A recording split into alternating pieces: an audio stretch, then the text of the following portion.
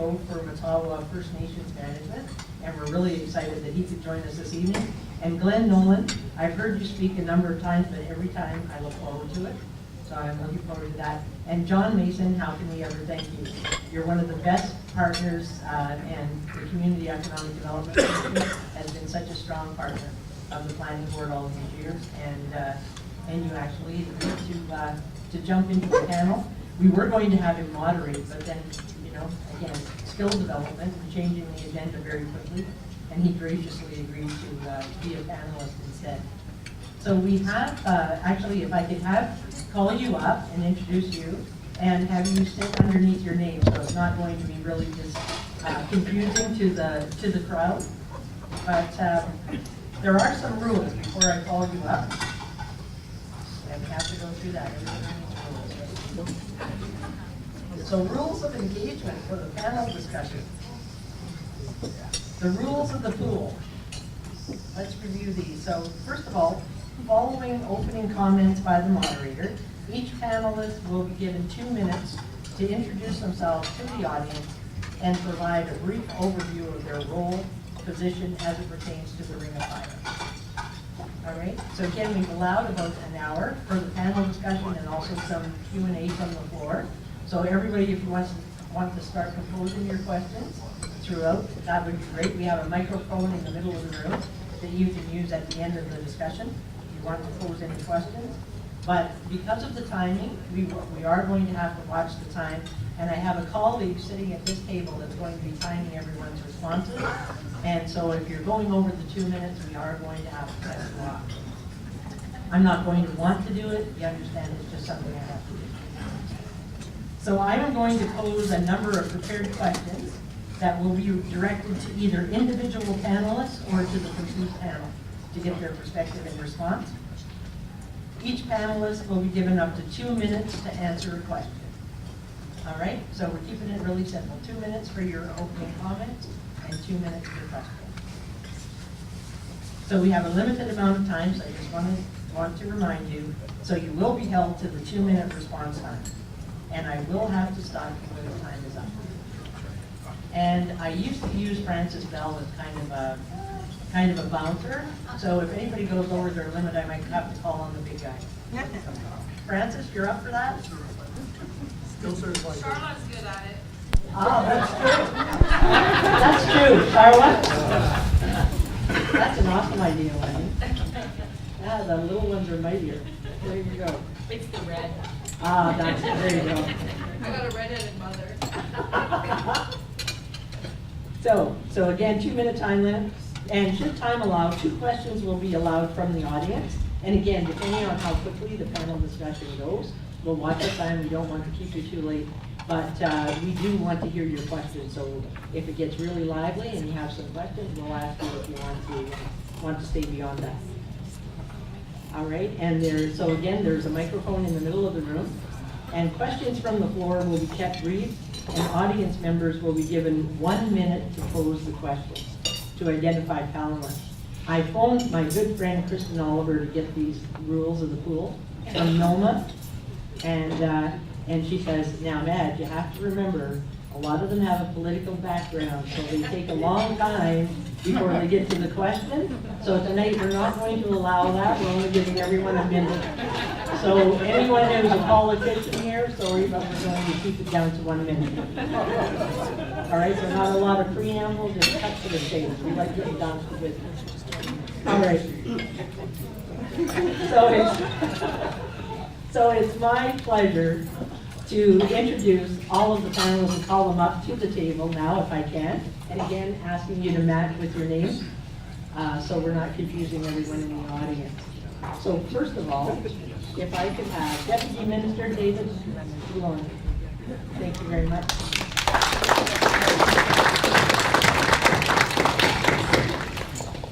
Next, David Paul.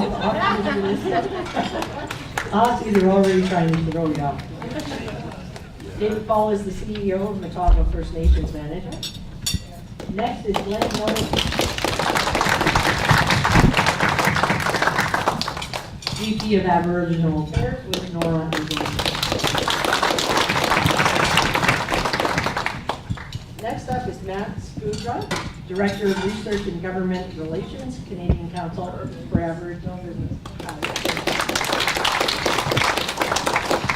And last but never least, John Mason, Project Manager for Mining Services, Thunder Bay Community Economic Development Commission.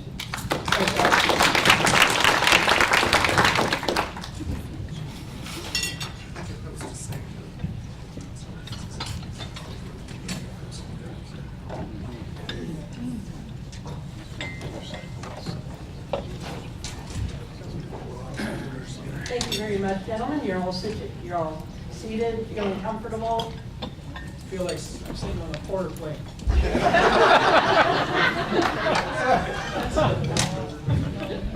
Anyway, so I think for the introductions, I'll keep it really straightforward and we'll start from the audience's left, going over to the right. And then we'll kick it up a notch and mix up the questions for you, just to keep it interesting. So first off, if we can hear from Deputy Minister Nolan. Well, thanks so much, Matt, and thank you all for inviting us. Looking forward to this. I think partly when Glenn says feels like a plane is because we're all on the same plane together half the time. So it's great to be on this panel with these people, and it's great to be in your 20th anniversary. You really do fantastic work, and the future of the workforce and the future of how people get involved in the economy is really the future of the North and the future of the province. We're going to talk about one big project that could play a role in all of that, but the work that you do constantly to look at how we can match up skills, labor needs, and that is just really, really essential. So I congratulate you on 20 years of doing this, and it's I could tell from just the conversations I've been having tonight that it's a great group. My role, very briefly, I'm the Deputy Minister. So when things go really well, the Minister is fantastic. And when things don't go so well, the Deputy Minister really screwed up. That's kind of the division of labor. And I'm responsible in part for our Ring of Fire Secretariat. And many of you would know that we've been working at this for a long time. We've taken ourselves out of our comfort zone of being just economic development and mining people, and we've had to look at a whole range of social issues, literacy, capacity, governance, and that, and it's been really an exciting project for the ministry, and I look forward to talking a bit about that. I just want to mention one thing, because we were talking about skills and that, and we've just posted 5 Indigenous internship positions, and you can go to my LinkedIn, just go on LinkedIn, get my name, and there's 5 positions there that we're hiring for. It's the first time in the Ontario government that we've had a targeted program toward Indigenous people to hire them on 5 different jobs throughout the North, one in Toronto actually, so I'll leave it at that. Thank you, David. Just a little over. Uh-oh. I was gentle. Yeah, the first guy. I'd like to thank David Paul for sharing some of his time with me. Thank you. Next, David Paul. Okay, thank you, and thanks for David here. I live in a minute and a half, I think. Yeah. But just to go right into what my role is, first of all, my name, Achneepineskum, it's one of the, I would imagine the oldest names within our area. I come from Martin Falls, the First Nation that has, one of the major players within the Ring of Fire. Certainly, my ancestors, live in that area, and that's where our gatherings and lands were. But my role is as a Chief Executive Officer for Matawa First Nations.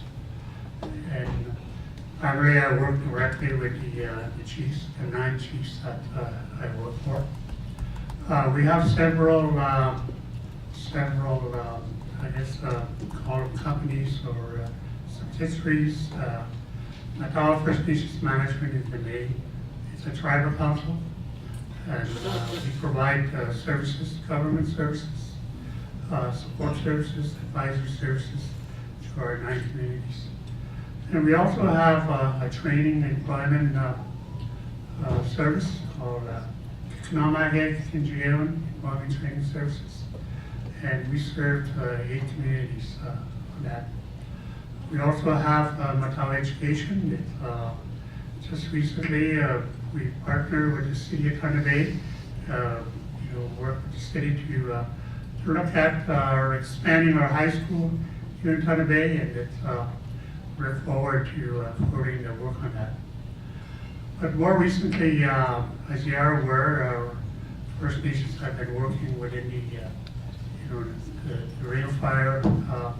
We have an agreement with Ontario called Regional Framework, and David here is a big part of that. But we're also talking about the areas of jurisdiction, and that's a lot of things come into play at those two in terms of discussions. So I look forward to further discussions here this evening.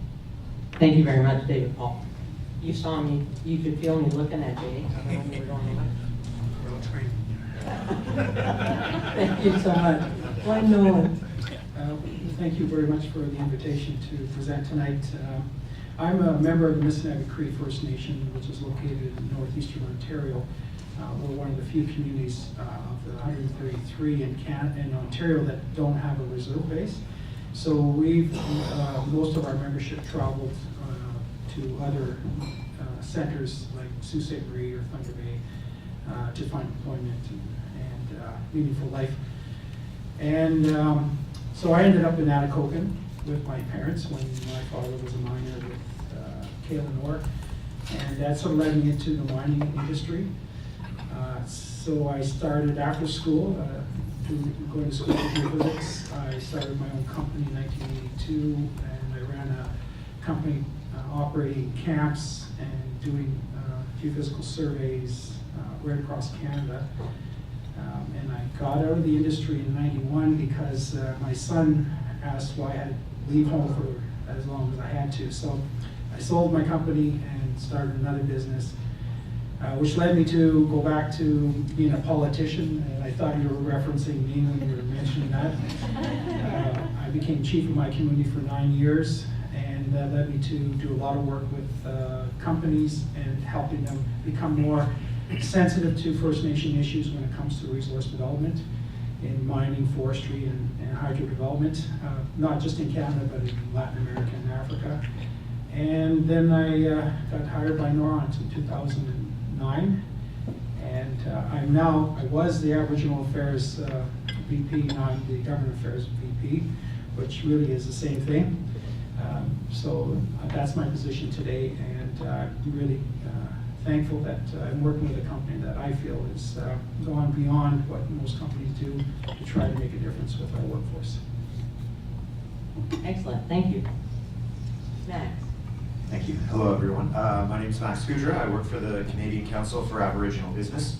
First, I'd just like to thank and recognize the Fort William First Nation for having us on their traditional territory, and the Métis community, who I didn't know was one of the oldest in the Métis community in the country. I think this is such an important conversation, and it's such important work you guys do.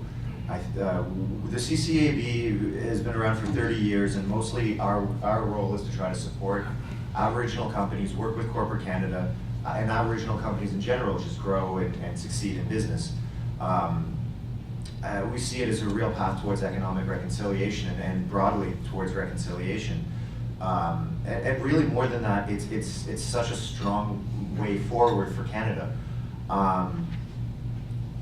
I run the research in the government relations department, and what we've identified, we've built the biggest list of Aboriginal companies in Canada and interviewed thousands of companies with survey data or in-person interviews. My big joke is actually that I harass more Aboriginal business people than anyone else in the country, so that's kind of our claim to fame.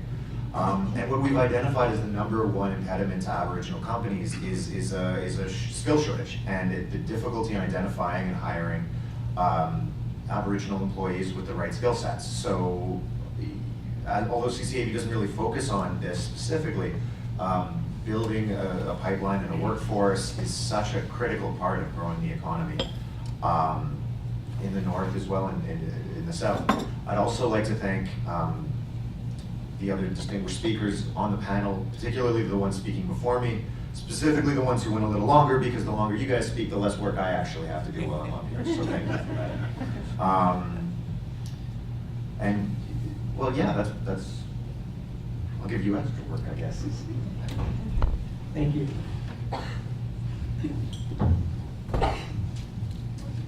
Well, thanks, Madge, and thank you to North Superior Workforce Planning Board. Congratulations on the 20 years. That is a great achievement. It really is a great night tonight. Again, my name is John Mason. I'm a project manager of mining services with the Thunder Bay Community Economic Development Commission. That is a mouthful, so CEDC for short. My background is geology and mineral exploration, and I had the privilege of working for David Launay and MNDM in a first career. But our main role, Doug Murray and I at CEDC and with our colleagues and our community partners, is to monitor and stimulate mineral development to really maximize opportunities for Thunder Bay and region. So specifically, what does that mean? That means being involved with the existing mines in Northwest Ontario, the new kids on the block, the new mines that are coming on, the advanced projects, including spectacular world-class deposits like the Ring of Fire. So it's a variety of mineral deposit types and metals in Northwestern Ontario.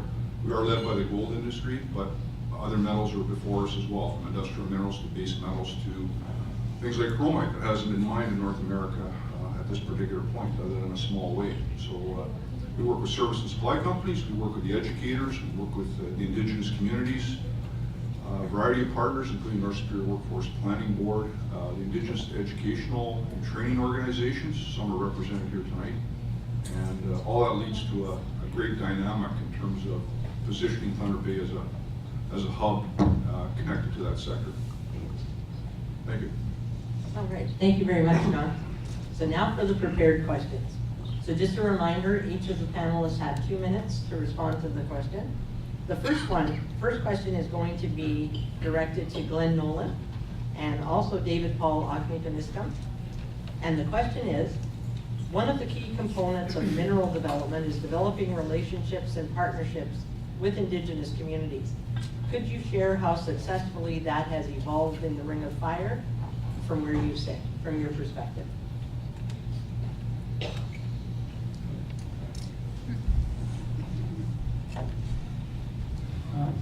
Well, I'll give you 2 examples of what I believe are success with our community partners. Right from the time that Noront was a player in the Ring of Fire and they made discoveries, they reached out to the communities. Sometimes not as good as they could have, but they made attempts to reach the leadership and the membership. And from that early beginning, and after I got hired, and we became more focused on consultations and engagement in a more substantive way and listening to the communities, we found that there was a lot of ideas that the communities could give us on our plans. And so we actually modified our development plans for our mine a number of times because of either concerns that were raised or communities giving us a better idea. So we asked our engineers, can we adapt to this? And they said yes. So I think that was the first one, which is to listen to the communities. They respect that we will go in to the community and listen to them and hear what they have to say.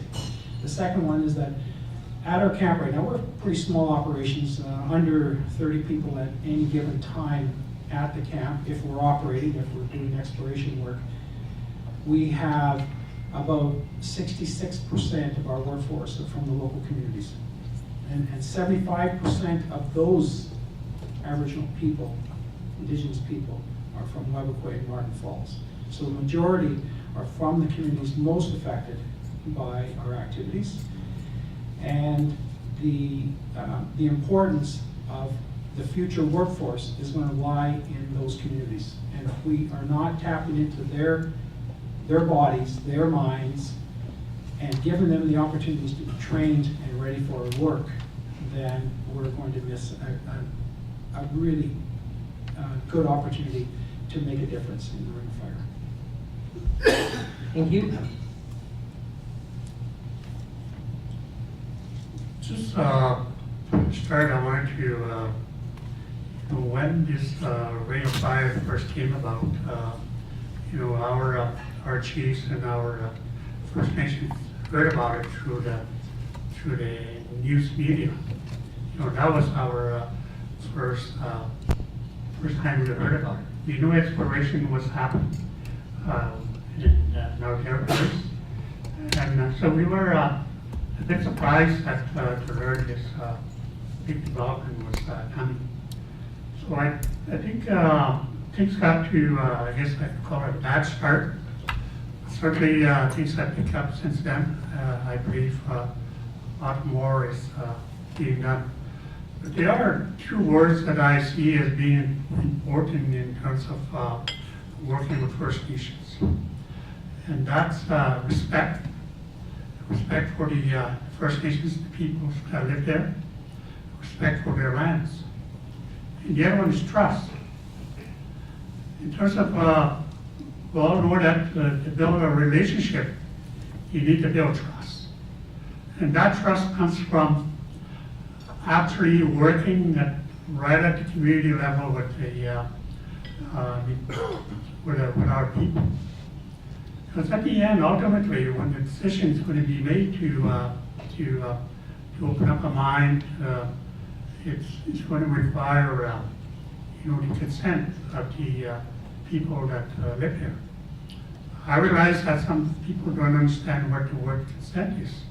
Consent is not about vetoing the have a right to veto it. No, that's not it. Consent is about being knowledgeable about what is happening, how the development is going to impact your lands. As First Nations people, you got to think about these 5 communities that are living in part of our far north. They never had any development. They have seen a lot of exploration going on, little mine projects here and there. Excuse me, David Hall, time. Sorry to call you. Okay. All right, the next question is being directed to Max on behalf of the Canadian Council for Aboriginal Business. So Max, the mission of the Canadian Council for Aboriginal Business is to foster business relations between First Nations, Métis, and Canadian businesses. How do you translate that mission into CCAB's role and responsibilities to the stakeholders in the Ring of Fire? Thank you for the question. I will try to keep it very quick because now I realize we're not playing around for just 2 minutes. So yeah, as you just said, CCAB's kind of mission and mandate is to sort of support First Nations, Inuit, and Métis businesses. I'd say that the way we do that, specifically around Northern Ontario and the Ring of Fire, which is an area, I mean, I don't know if any of you know my boss, JP Gladue, but he was supposed to be here tonight. He's receiving an award, so couldn't be here. So he sent me as a substitute. I'm sorry about that. He, a lot of it really comes down to the points that we just heard. A lot of it's around relationship building. How do you create venues for people to get together, identify mutual self-interest, identify what community members may be, what Aboriginal businesses, which often are, you say an Aboriginal business is a business, it's made up of a person or people that are often from communities, hiring local people. Engaging a workforce, engaging a business community is really similar and overlaps with engaging, not consulting, but engaging a community. I think that by bringing Aboriginal business people to the table, you really, as well as other local business people that stand to gain from a major development like the Ring of Fire, and getting those people at the table, figuring out how they can work together, how both Aboriginal businesses and non can feed into supply chains from Noront. I think that really is in the interests of both Aboriginal people as well as the broader society, community in the province of Ontario and the country of Canada. Thank you. The next question is directed to Glenn Nolan, David Paul, and Matt. And the question is, on August 21st, Premier Kathleen Wynne announced that Ontario will support ongoing work to plan and construct an east-west road connecting Wewakwe, Nibinimik, and the Ring of Fire to the north extension of Highway 599, Pickle Lake Highway. And secondly, a Nakina to Martin Falls First Nation Road. Also mentioned was the fact that further planning on a road from Martin Falls First Nation to the Ring of Fire is being pursued. What was your reaction to that exciting announcement, and what has that meant to your community, company, or organization?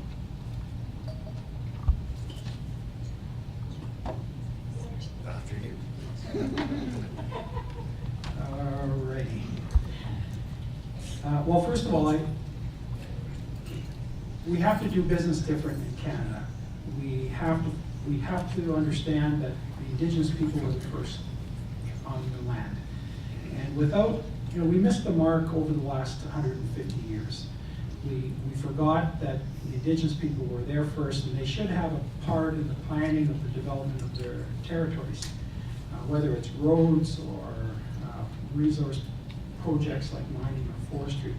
So this decision that was done between the Government of Ontario and the communities of Wewakwe and Nibinimik on the east-west road corridor and the north-south corridor up to Martin Falls is an indication that times are changing, and the importance of the communities to be part of that planning, be part of the partnership of developing those kind of infrastructure is critical to the success of any future projects that we have in the province and in Canada. So I was really pleased to see that approach as opposed to handed down a plan by the government or by an outsider like Noront coming in and saying we're going to put a road here.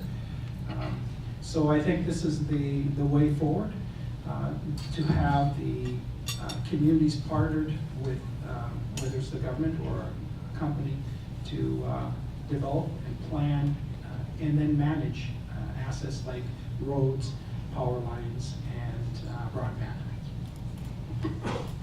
Thank you, Glenn. David Paul? Okay, thank you. Well, I think first of all, I just want to say, I'm not here to speak on behalf of our First Nations. As you all know, there was various opinions about how the announcement and how the work came out. But certainly, we as Matawa First Nations, we have no objections to all-weather roads. In fact, we have been advocating for all-weather roads for quite a number of years, decades in fact. Because we see benefits to our communities, in terms of cost of commodities, fuel, food, material for housing, etc. So that's really going to be a great benefit in terms of cost. The way the weather's going on, we don't foresee, the winter roads being very successful. But saying that, we believe that there needs to be more discussions right at the community level with whether it's the government of Ontario or mining companies that have interest there. That's what I mean about relationship building. You need to get down right down to the communities, because at the end it has to be a community-driven process, a community-owned process, and the primary thing is the ownership of the roads. And the communities are saying, we want to own the roads. We want to control in terms of what traffic that's going to go there. Because you got to admit that area that's going to open up, it's very pristine, and we want to be careful about the environment. Thank you very much, David Paul. All right, the next question is for Deputy Minister Launay. And David, if you could, please summarize what provincial initiatives are underway to support the mineral exploration, mining industry, and Indigenous communities in the Ring of Fire. Please include an update on the framework agreement and the Ring of Fire Infrastructure Development Corporation, as well as other initiatives from MNDM. Thank you. In 2 minutes. So we have a regional framework agreement. It's going really well. We have some roads that are going to happen. We just heard the response of the company and the communities. That's going really well. And we just announced a $69 million broadband package for broadband into the Ring of Fire on Friday. 30 million from the province, 30 million plus from the feds. I think 37.1, 1.9, I guess. So not to be flip about it, but there's a lot of activity going on, and I think the broadband is going to be really critical. We were just at a forum put on by Charles Sirtwell and the Northern Policy Institute, where broadband is a critical part of northern infrastructure, of all modern infrastructure. And so this is going to be really essential for the communities, and that's, in our minds, a big step forward. In terms of the regional framework agreement, very briefly, people will know that's been a negotiation between the province and the communities, led by Bob Ray on the community, well, not led by, but negotiator Bob Ray on the one side, and we've had Frank Iacobucci on the government side, and we've been addressing infrastructure, environmental assessment, economic benefits in those discussions. I think right now they're on a bit of a pause as we look even more deeply, and we're having discussions between the communities and the government on jurisdiction issues, and getting exactly at what David Paul just spoke to about ownership of the road, control of access, and that sort of thing. And we've been committed from the beginning in the government that this would be a project that First Nations would be able to control the access and into the Ring of Fire, and that it would be a partnership and wouldn't just be dictated by government or, as Glenn said, by a company. So it continues to be a lot of that negotiation and discussion going on. And in terms of the road announcement, those discussions are also going on. So we've got an interministerial committee of all the, what we would call the usual suspects, but environment, Ministry of Transportation, Northern Development, Natural Resources and Forestry, working with the communities on the specifics. So it's one thing to have a sort of a line on a map. It's another thing to look at what does that line really mean? What are the environmental impacts? What are the engineering challenges? Not the easiest place to build a road, and all of those things. And we're actually into that kind of discussion about some of that nitty gritty as well. So that's in 2 minutes. Excellent. Thank you so much. The next question is for John Mason. So John, how does or can Thunder Bay, as the hub of Northwestern Ontario for mining projects, play a larger role in the Ring of Fire development? Thanks, Madge. There's a few themes embedded within that question, or the way I'd like to phrase the answer. One would be right off the hop, looking at the service and supply or business. Really the business is supporting mine development, construction, and production. And it's really, we as a bridge working at CDC to strengthen relationships, help strengthen relationships between those service and supply companies and companies like Noront, KWG, Bold Ventures, certainly led by Noront as the principal firm, but all of the above that are active in the Ring of Fire. Conversely, we want to also illustrate to the companies the talent and the skill level of the service and supply companies. When I say service and supply, examples might be engineering firms, fabricators, electrical firms, health and safety firms. And to illustrate that that talent is there and have that identified. And that's always been somewhat of a challenge. In the last 5 years, I believe there's been tremendous inroads made in this community to identify that. So a good example would be with expansions at Lac des Îles, Musselwhite mine, which I'll be at tomorrow as we discussed earlier. Also the build at New Gold. The New Gold operation, and they were pouring gold 2 weeks ago. Official opening as Canada's newest mine will be in the fall. later in the fall in November. But 35 Thunder Bay companies were involved with that mill build. And often that's under the radar, not known about. That's huge money, that's huge interaction. We also want to really help service and supply companies with the details around pre-bid qualification lists. How do they get involved in terms of the tendering process? And it's always different in terms of dealing with the company, so if we can bridge that, that's important. So that understanding of buying is important. And also identify there are opportunities at the construction phase as well as the operational phase. Often the construction phase is no different than an energy or forestry project. That's your largest human capitals on site for construction phase. So how do you capitalize on both those big opportunities? On the workforce side, I think it's really, and a lot of the representatives are actually in the room today, continue to connect the key mining companies to the college, the university, to North Superior Workforce Planning Board, ATS, KCATS, all of the important trainers and workforce developers. The construction trade groups, for example, is another key group, as well as others that will help manifest and create the wealth circulation within the Thunder Bay, and not just Thunder Bay, but the region, including the Indigenous communities. That's an important piece. For every direct mine job, there's three indirect jobs, so that's an important piece. I often think of, and Doug Murray and I have talked about this, particularly as we look at the lands, we'll talk about this a little later, the ferrochrome processor bid that we're, Thunder Bay and Fort Wayne First Nation are going to put in. I mean, the example I think of, and David Paul's, I think we share this as well, you know, it may sound corny, but I mean, the Matawa family that has family members, say in Webbequay or Martin Falls as an example, could be involved with construction, roads, mine mill on site, and all of the above. But also, by the way, one of their family members maybe is living in Thunder Bay because, again, the numbers are well over 1,000 people off reserve that are living in Thunder Bay from Matawa communities. Could that person, that family member, be working at ferrochrome processing? Why not? That package is there and that opportunity.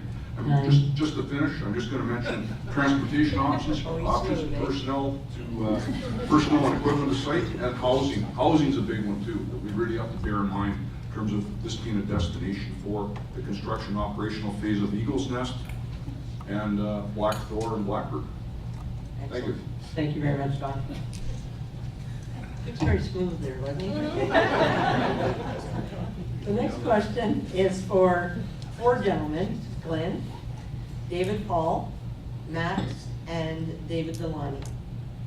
So, the question, North Superior Workforce Planning Board, your local employment planning council, has a 20-year history working with community partners, the mining industry and other sectors, employment and training services, mining industry, human resource council, chambers of commerce, elected officials in First Nations, municipal, provincial, and federal orders of government, to name a few.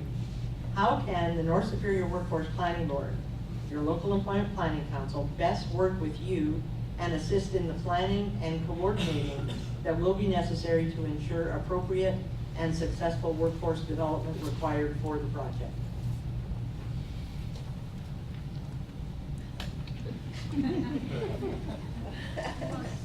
Glenn, David, Paul, Max, or David? Well, I think that we all know that this is not going to be an easy development. Building capacity with people who have limited experience in trades or in underground mining.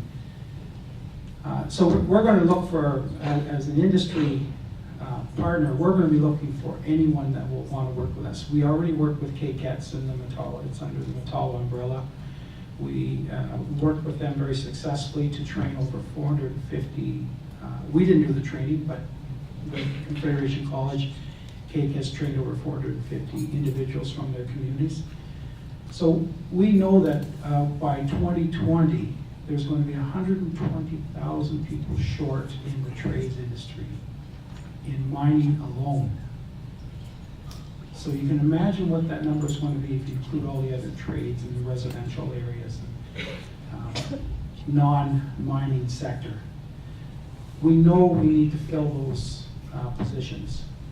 And we know that we're not going to be able to fill them with taking people off the street the way they used to in the past. We have to do it differently.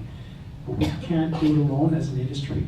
We need to have our partners and the individuals that will come from the communities, but we also need government to be there to help with some of the costs that are going to be borne by the industry and by the communities to try to fill those positions. So we're looking and open for any kind of opportunity to work with any partner that can help us achieve our goals. All right, thank you. I believe the key word here is partnership. As Matawa, we believe in partnership. It's, we need to build capacity, and we want to find the right partners to do that. And we have been very fortunate to, up to now, to achieve that success. Through KCATS, we've trained, as Glenn said, to over 400. Well, we're getting to, by the time we're done, we'll probably train over 1,000 people. And we're also looking at our young people, so the ones that are in elementary and high school. Get them to, interested in the mining sector skill job, not just,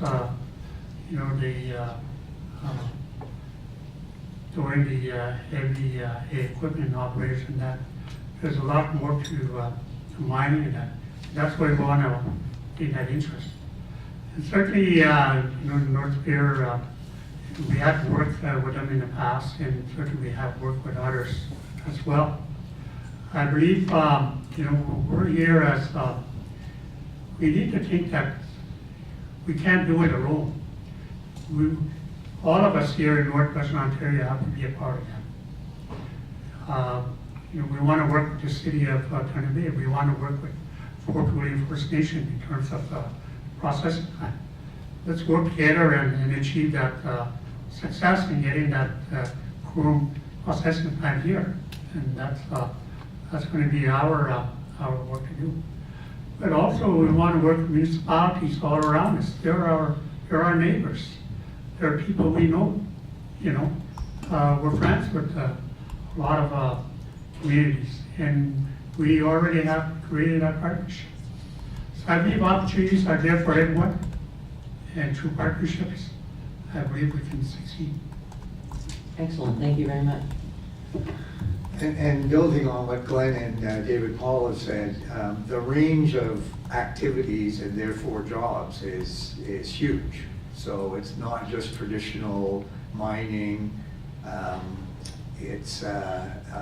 Even in the mining processes, it's changing. It's a lot more technology being involved, a lot more opportunity for people, young people who are more into computers or whatever else to go into the mining business. It's not just heavy labor. We've seen in other opportunities like Achneepineskum, I forget the company name, but Bob Dixon and Chief Gull received the Northern Ontario Business Award for Indigenous company in providing catering services and housekeeping and security services to the De Beers mine. That all needs to be done in the Ring of Fire and can be done locally. And so what needs to be done, I think, is identifying what the jobs requirements are and opportunities, and then working back at what skills and training you need to get there. And what we've discovered in the Ring of Fire, of course, and they've also alluded a bit to this, but is you need to do a lot of work. Like, it's not necessarily you've got people ready for an apprenticeship program and let's get going. You've got literacy and other things that you need to work on as well. No big secret that the school system on reserves is not as good as the provincial school system in general. And so all of these challenges need to be addressed, in my mind, to be able to provide the workforce that's required. And in that way, I totally agree that this is a multi-partner approach. It can't just be relying on the company to provide sort of job-specific training, although that's part of it. First Nations have to play a role in identifying needs and providing partnerships, as KCATS does, and government has to be there on the whole range of education and training, and with financing. Excellent, thank you. Max. Thank you. You know, I guess the trouble for being the second last to speak is a lot of the good ideas are taken already. You know, I really agree with everything that's been said. I think partnerships are absolutely fundamental to making this, not only the skills training piece of this work, but just the entire play work. I think that if you don't have partnerships between the government, between corporate, between First Nations communities, critically, you really don't have very much to go with. I think that the identifying skills gaps and shortages is absolutely a critical need. I think that given the scope of work, that need is quite broad. I mean, there's so much that needs to be done, but there's so much to get people to a place where they're able to really feed into that system. We're working with an organization called FinRIP right now to start to identify what the value is for every person who ends up being employed in one of these projects, as opposed to not getting that training. I mean, training's not cheap, right? It's not easy and it's not cheap. It costs real money and it takes real time and there's no guarantee of success. But for every person that gets a career, which is really what these opportunities are, it's so fundamental not only for that individual, but for the broader economy, for the spin-off businesses, as well as for the pride for the community. You know, I'll be talking to people regularly who will talk about the transformative change in some of the First Nations communities. When you start to get 100% employment or close to it, or as you start to get those opportunities that don't just come from employment, come from ownership and executive management and executive management positions within organizations where First Nations individuals are really running major organizations or have a senior seat at the table. And I think that pipeline starts with a lot of what we're talking about. So I think in that way, this is a really interesting opportunity for Northern Ontario, really, because of the scope and of the opportunities available. All right, thank you very much. Okay. Sorry, Madge, I'm going to break your protocol here, but 2 points I Oh my want to add. goodness, now how am I supposed to handle this, Francis? Well, I'll do what John does. Okay. I'm such a pushover. You know, we're focusing a bit on Indigenous partnership in this, but another part of this, I mean, is for non-native workers. John's already mentioned, but we have new goals. So we have a mine here that's been a big construction project for 2 years in Fort Francis area. Those folks are now available to work on the construction of the roads, or they're available as Greenstone Gold starts to go into more feasibility work. So where I go with this is that we can develop, I think, we've got a great opportunity to have a developed workforce, native and non-native, that stays in the area, because there are jobs for them from one project to another. So they're not going to the oil sands or to this or to that project in the Northwest Territories. They can be in Northwestern Ontario or Northern Ontario. I think that's really exciting. All right, thank you. That was worth going off across or against protocol. Next question is for Glenn and David Paul. What do you see as the biggest challenge concerning the development of the Ring of Fire?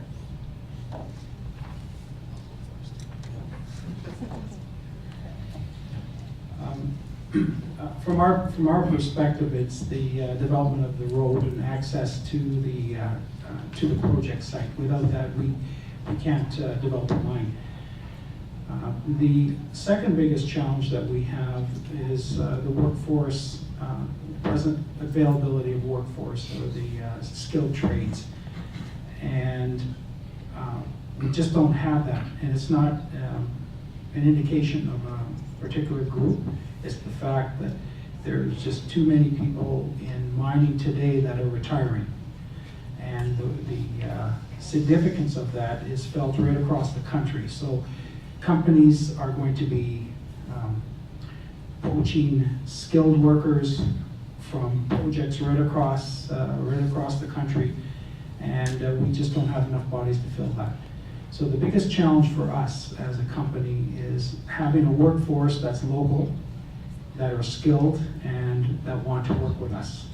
And so we're building that, we're trying to create that environment with our workers at site right now so that there's a ripple effect, like a rock thrown into a pond, where more people are informed of how we work with the communities, how they are community members.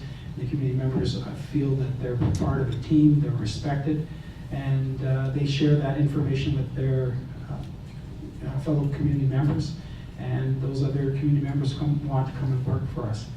So I think that's part of it, but it's also having a pipeline of training that's going to get them beyond the entry stage jobs of laborers or cleaners to more skilled positions, and the pipeline, as David Paul mentioned, to get those kids interested in science, into engineering, into geoscience, into whatever, accounting, even law, that they might want to be interested in working for a mining company down the road. Thank you. David Paul? Okay, thank you. Well, I believe, the biggest challenge for us is our relationship with the government of Ontario. The government of Canada, they've been very silent in terms of, we believe we have treaty partners. In our area, Treaty Number 9, the treaty was signed by government of Ontario, Canada, and the First Nation communities that's part of the Treaty Number 9. And the biggest part of that is understanding what was meant when the treaty was signed. For us, we're saying that we never give up jurisdiction over our lands. And that's why David mentioned that there's discussions on that. That needs to be cleared up, agreed upon on how decisions were made. We're talking about joint decision-making process, whether it's permitting or whether it's in terms of how the environmental process will proceed, how the roads are going to be built, how the whether it's a hydro grid is going to be or energy development. So we also talk, the second one is in terms of ownership. We believe that as First Nations, we want to be as well equity owners of any development. This is where more the longer term benefits are going to be. Jobs may be there for a while in terms of construction, then they'll be over. But in terms of the mine, with new development, there may not be as many jobs as the people have been predicting. There will be highly skilled technical jobs that will be there. So we need to think about how we're training our people right now. It's a lot more than training them how to operate a heavy machinery. It's going to be a lot more than that. So we got to think in terms of 10, 20, 25 years from now. So we need to have that technology. And the broadband that's going there is the biggest thing that's going to happen to our territories. Because for broadband, it's it's a $69 million project. And as Matawa, to 63, we're going to own and operate that broadband. So it's starting, and it's something that governments and industry people have to understand. There's a new way of doing things. And it's no longer just that they can come there and, open up a territory with mining without any consideration for First Nations. But we are there to, as I mentioned, we're willing partners. We want to work with everyone. And I believe working together, we can all succeed, all of us. Excellent, thank you so much. I gave you that extra minute or half a minute that David stole from me initially. All right, so this is my last prepared question. So if any of you are interested in asking our panelists, any of our experts a question, please have that all prepared. Again, you're only given 1 minute to ask the question. So the last question that I want to ask is to all of the panelists. What are the next steps and milestones for each of your communities, companies, or organizations over the next 12 months regarding a path forward in the Ring of Fire? Start here. I guess from government's point of view, it'll continue to be the building of the partnerships and that. Clear milestones are having a specific project proposal for the roads, which, as I mentioned earlier, the communities are working on and working with the government on what those specifics look like. When you have a clear project proposal, then you can go to feasibility. You go to feasibility, then you can develop what would become an environmental assessment for the roads. And the first step, big step in environmental assessment is the terms of reference for that environmental assessment. So those are the milestones that we see in the next few months. But the fundamental milestone is to continue the partnership and to see that continue to flourish, and to work through the differences that do emerge, and to come to agreements on the points that we disagree with in these discussions that we're involved in. All right, thank you. I believe for Matawa, we want to complete our discussion and agree upon with regards to the jurisdiction. We know election is coming up in June of 2018. And we really need to wrap up our discussions and our agreements, before March or April of 2018. Otherwise, it is uncertain in terms of what may happen in terms of the election. So that's our number one priority. And also in terms of the regional framework agreement. There are 4 pillars in that regional framework agreement. We talk about the infrastructure, talk about the environment, and also the community socioeconomic conditions of our. Right now, we need to work with our people to heal the people. We have a lot of social issues in our communities, which is preventing us in a lot of ways in terms of moving forward, in terms of our own agenda. So we are working with our communities on that, and the communities are doing their work on it. So that is an ongoing process. I think thirdly, I believe that we need to work in terms of having sustainable economies in our community, not just relying on mining. We also need to build upon forestry, energy, and other types of industries. So we need to have a time to get those on the road as well. Thank you. Excellent, thank you so much. For Noront, there's a number of things that we need that actually have an end date to them, so that we can better plan our project, whether it's the development of a mine or construction of our camp. So we need to have a road. That's the biggest thing. If we don't have a road into the Ring of Fire, our project just doesn't go forward. And the second thing is we need a workforce, and we need to have a skilled workforce. We don't want to take people in from other countries or other jurisdictions if we can help it. We want to build a local workforce.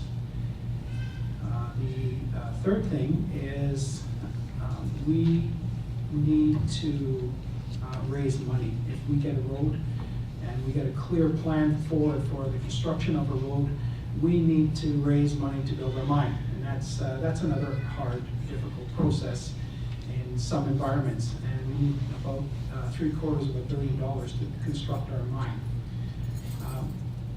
So if any of you want to put a donation here, but I think that those are all hard dates.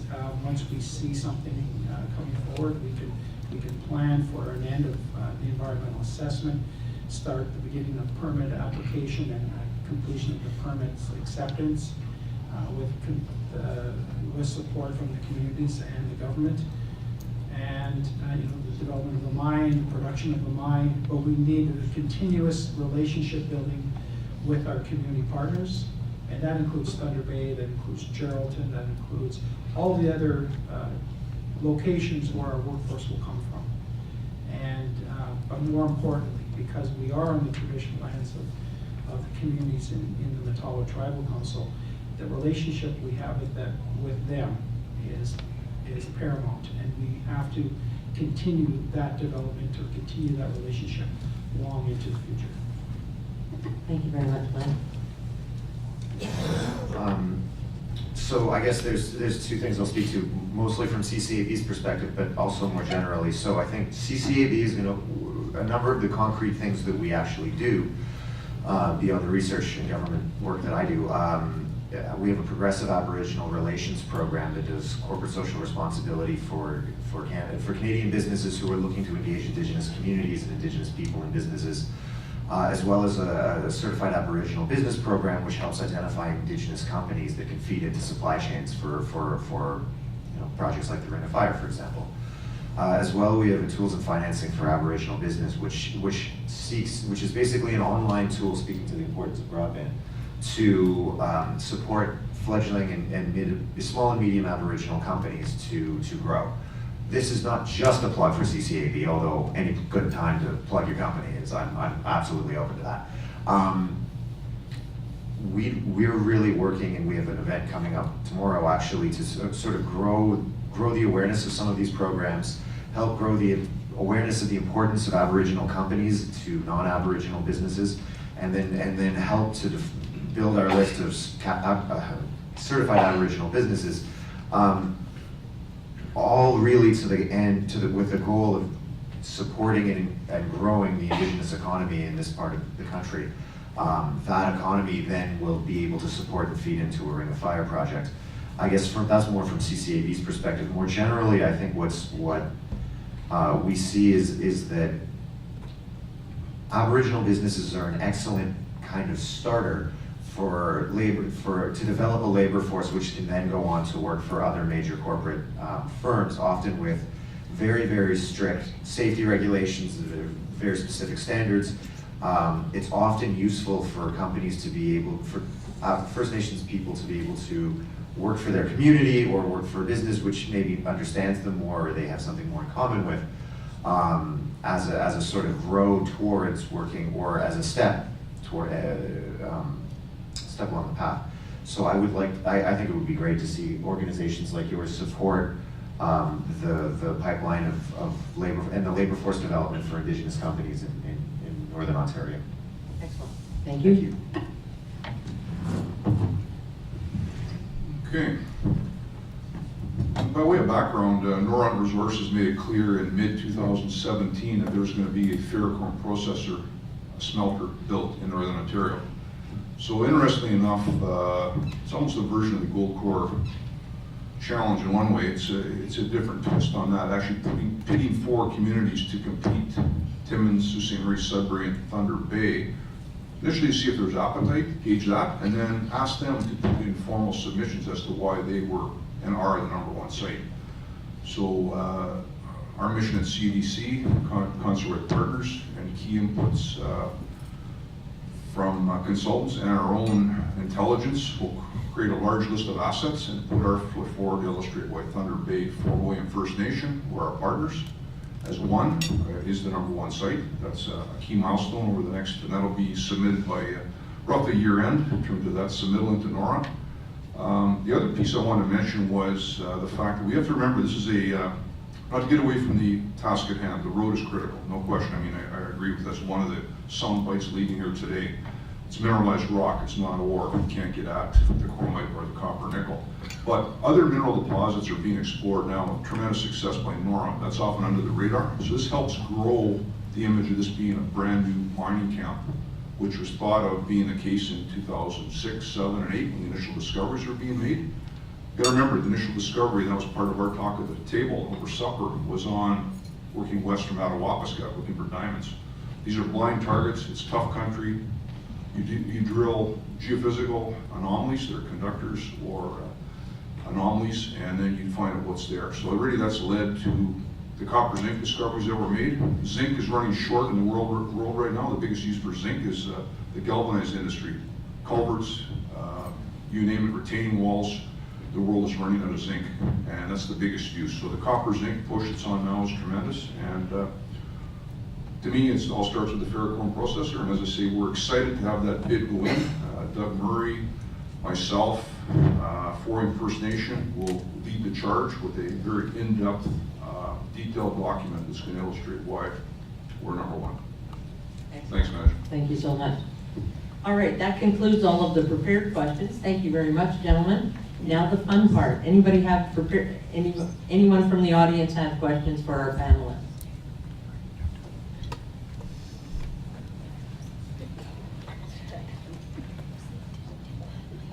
Awesome. Here's the microphone here. Thank you very much, Jason.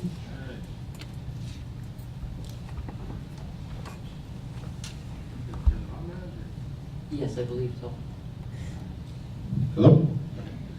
So I'm Jason Thompson, manager of Vector Construction, owner of Superior Strategies, proud member of the CCAB. And a proud member to be a director of the North Superior Workforce Planning Board. I really liked the conversation that was had tonight, and I like the point that Mr. Achneepineskum made relative to the O&M. I think that's a big part of our success in being an active and viable partner in this development as an Aboriginal person. My question, I guess, is to the panel is, how do we avoid having challenges relative to engagement by the Ring of Fire communities in the construction of not only the road, but the broadband, and avoid having the conversation of the opportunity lost again? Did you want to direct that question to one person or to all? To all. Government perspective is important as well as industry. All right.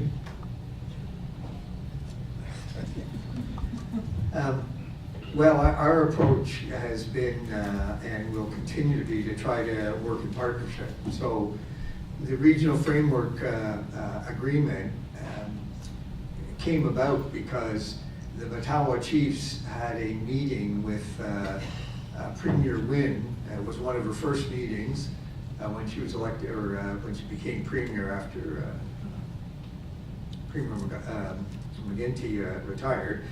And they came basically with a proposal to negotiate on 4 different areas: infrastructure, environment, socioeconomic, as well as looking at any mine development and that.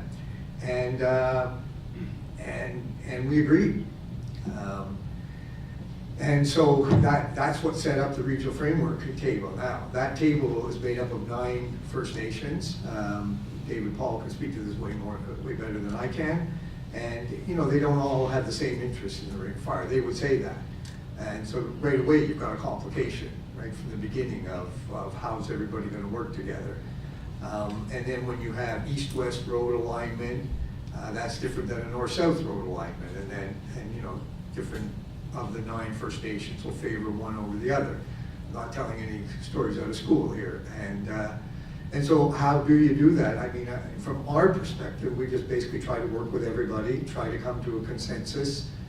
That's partly why these processes take a while, is because you're coming to a consensus. You're not just trying to say my way or the highway, no pun intended here. But and so I think that's from a government perspective, that's the main thing we try to do. I think after 3 or 4 years of doing this, the Premier did say, you know, I want to work with everybody, but I also want to see development go forward, and I will then work with willing partners.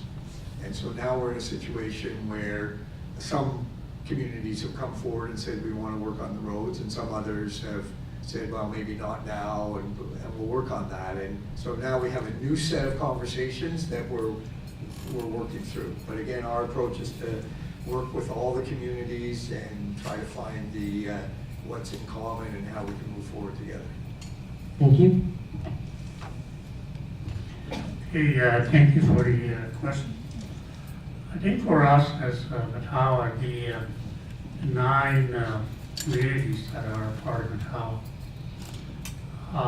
Although 4 of our communities may not be as impacted as much, but certainly there is a willingness that they want to be involved,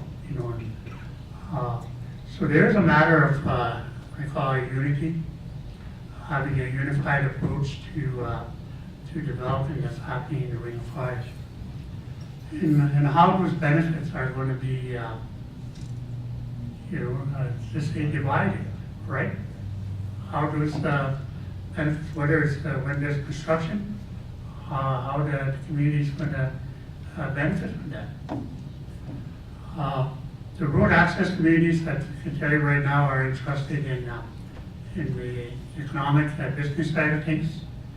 They believe that they have experience and the capacity to become involved in business development and assist communities in the remote areas. And we have these communities that are closest to the development, just saying that they should have the primary decision making as to what's going to happen. Everybody agrees with that. That's not a big issue. In terms of how that's done is the main focus of our discussions. But I can tell you right now that we don't want to see another opportunity lost. I mean, I can tell you, like in terms of Ottawa, for example, the Beaters. I believe there's an opportunity lost there for all the coastal communities. And we don't want to see that happening within Matawa. Outside of Matawa, certainly there's other communities that could be impacted as well, our neighbors down the river. We are mindful that they may be impacted as well. So it's a unified approach, and it's a vision that has to be shared, a shared vision on how to move forward. On the environment is the biggest thing that's going to has to be a big decision on when that decision is going to be made. So, and it will have to be soon.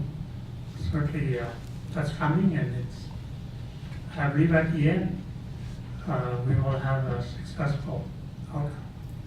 Excellent, thank you.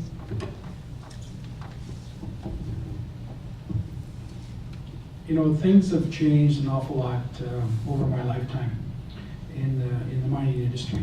When I was being raised in a gold mining town called Renabi, us kids would go and play in the mill amongst the workers.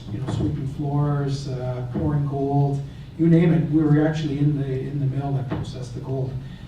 And sometimes they'd kick us out, and sometimes they'd just give us a warning, be careful. They used to dump untreated tailings from the mill into a creek basin. That's not done anymore. Safety is, for the environment, is priority for companies. Our biggest challenge in trying to bring the communities together is the fact that they all speak with a different voice. They all have a different vision for the future. So it's trying to match that up with the company's vision.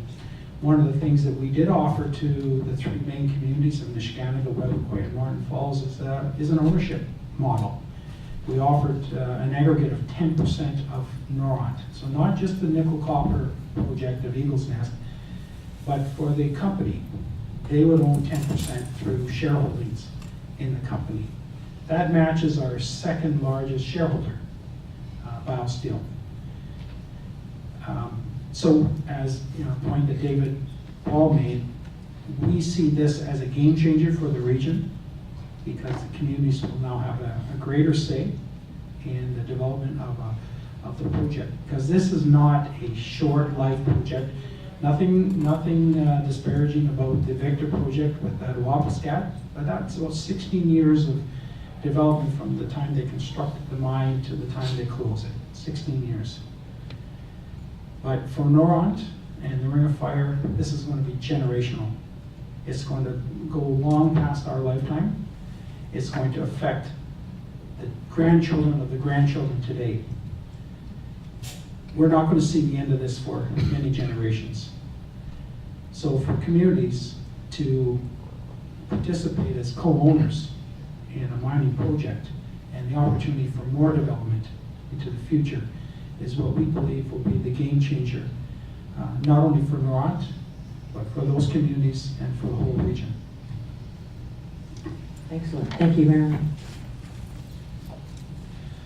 Thank you for your question, and thank you for the membership at CCAB. We really appreciate it.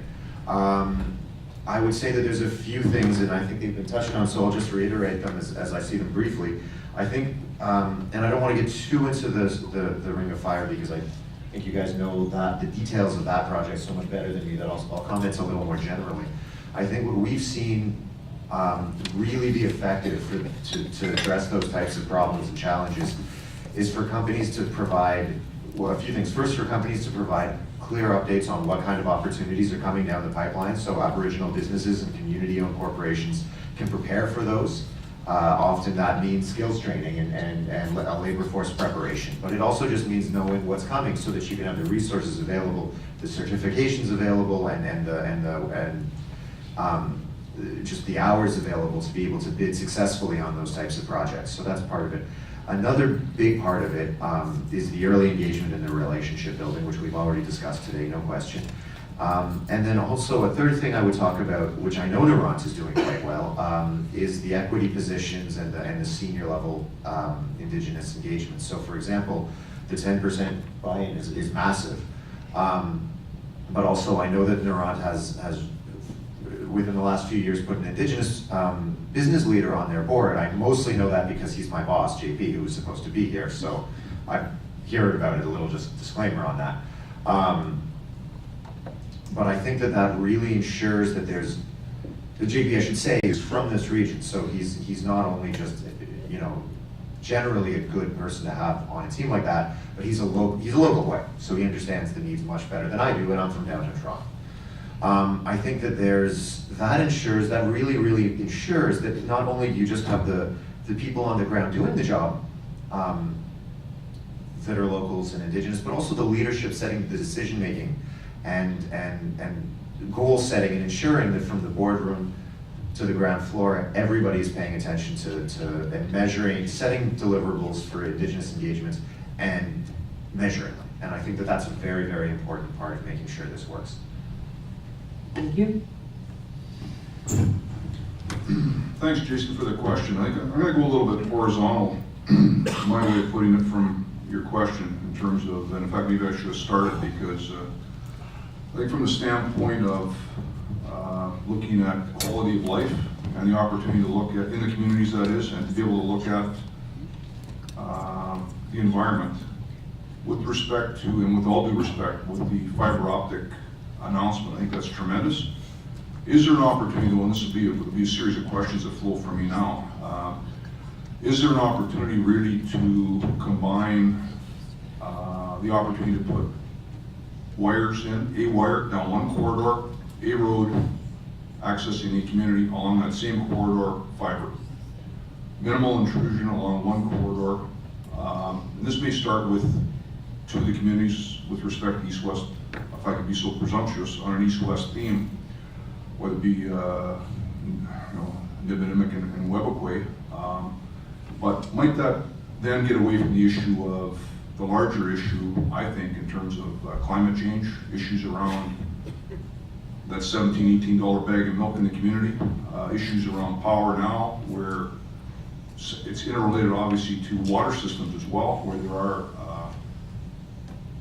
encumbrances around running power, water systems, not all to do with power, but part of that is part of that wrapped in the same package. So all this is interrelated, and as an economic driver with a project like this, can the lens and the dial be reset to look at the opportunity for the people on the land and really have one's cake and eat it too, to move forward with this project and series of projects as drivers?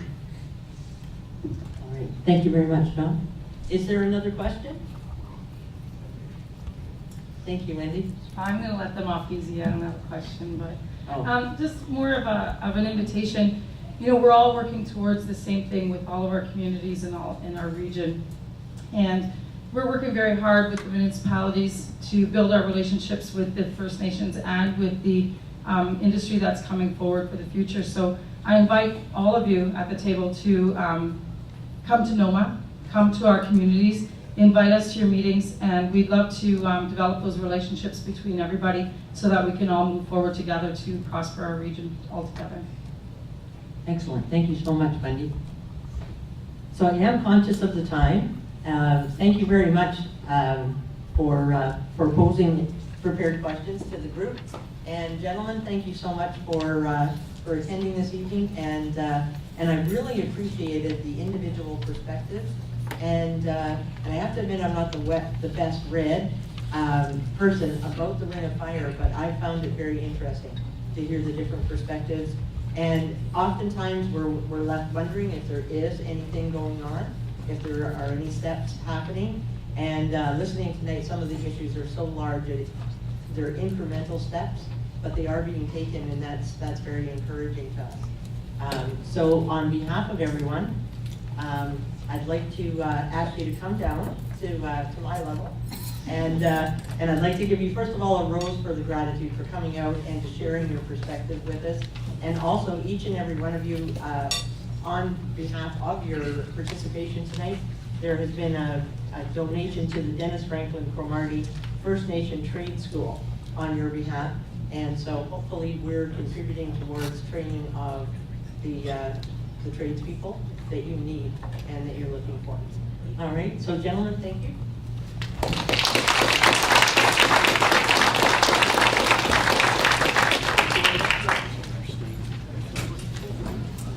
Actually, if you want to stick your own